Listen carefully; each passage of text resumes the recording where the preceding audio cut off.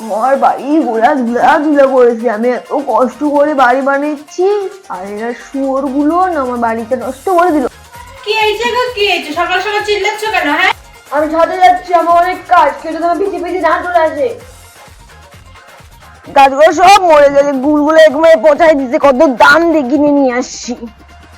রবিবার দিন আসলেই আমার মাথাটা গরম হয় বাড়ি ঘরগুলো দেখলে। ইস,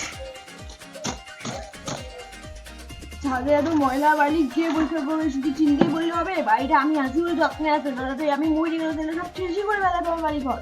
ট্রেনগুলো ময়লা এসে এই বাড়িতে তুয়ালাও নেই। এই নাইটিটা পরে কাজ করে না, জামা কাপড় না উঠালে গা চুলকাবে আমার।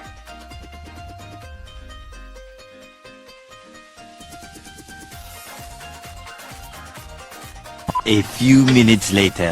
আর এই লোকটা চিল্লানো শেষ হইলো না, যাই স্নান করে আসি।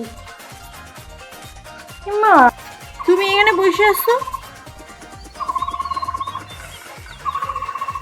এই নাইটিটা কোথায় পাইলা? কেন একটা তুয়ালা নাই বাড়িতে, নাইটিটা বসে তো কি হয়েছে? কি হয়েছে না?